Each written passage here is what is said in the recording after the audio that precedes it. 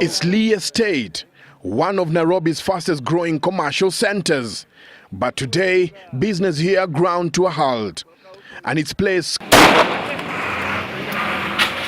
chaos, tears and tear gas.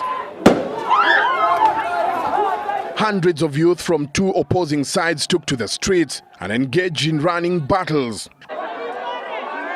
with a section of them attacking members of the Somali community whom they accused of having had a hand in Sunday's deadly attack on a Kariobangi-bound matatu. At some point, the situation became uncontrollable as the rowdy youth engaged police in running battles, pelting the officers tasked with restoring order with stones, forcing the police to use tear gas. Not even members of the press were spared from the gas fumes. These are some of the things we go through while in the field. Tear gas all over. I can barely see where I'm going. Can barely breathe. The hostilities between the two groups had steadily built up throughout the day, starting from a verbal sparring to fierce exchanges and fighting, with several people reportedly stabbed. 2 people died and many others injured as some youth took advantage of the situation and vandalized and looted property in the sprawling estate, causing businesses to close. Over 20 people were arrested, some caught by police in the process of looting, while others were nabbed throwing stones at the police. These women found themselves in a tight corner when their building was surrounded by an angry mob baying for their blood. They were later rescued by police. As the chaos escalated, many residents resorted to locking themselves in their houses, only peeping from the apparent comfort of their balconies, though these areas too were not free of tear gas. Being the situation in Islii the whole of this morning, with young people coming out to the streets asking for their rights. The kind of rights they are asking for is the police to come and quell the violence that has been going on here.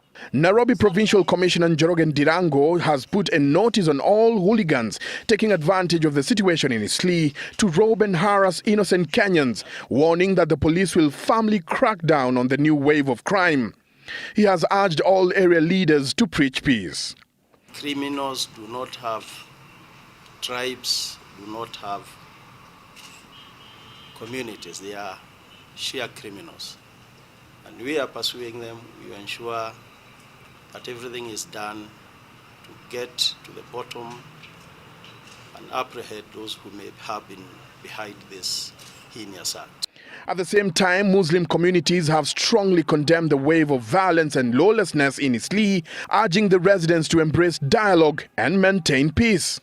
We know the people who did this were trying to start a conflict between the Muslims and the Christians in Kenya, which lived together so many years in peace and harmony and also tolerance. So we know their agenda. The leaders have urged Kenyans to unite regardless of their faith, color or class, and to embrace each other, arguing that terrorism is a universal enemy that needed to be fought from a united front. Meanwhile, members of parliament from Nairobi, business and religious leaders are due to meet to discuss the deteriorating security situation in the city, while the Minister for Internal Security has been summoned by the National Security Committee over the same matter.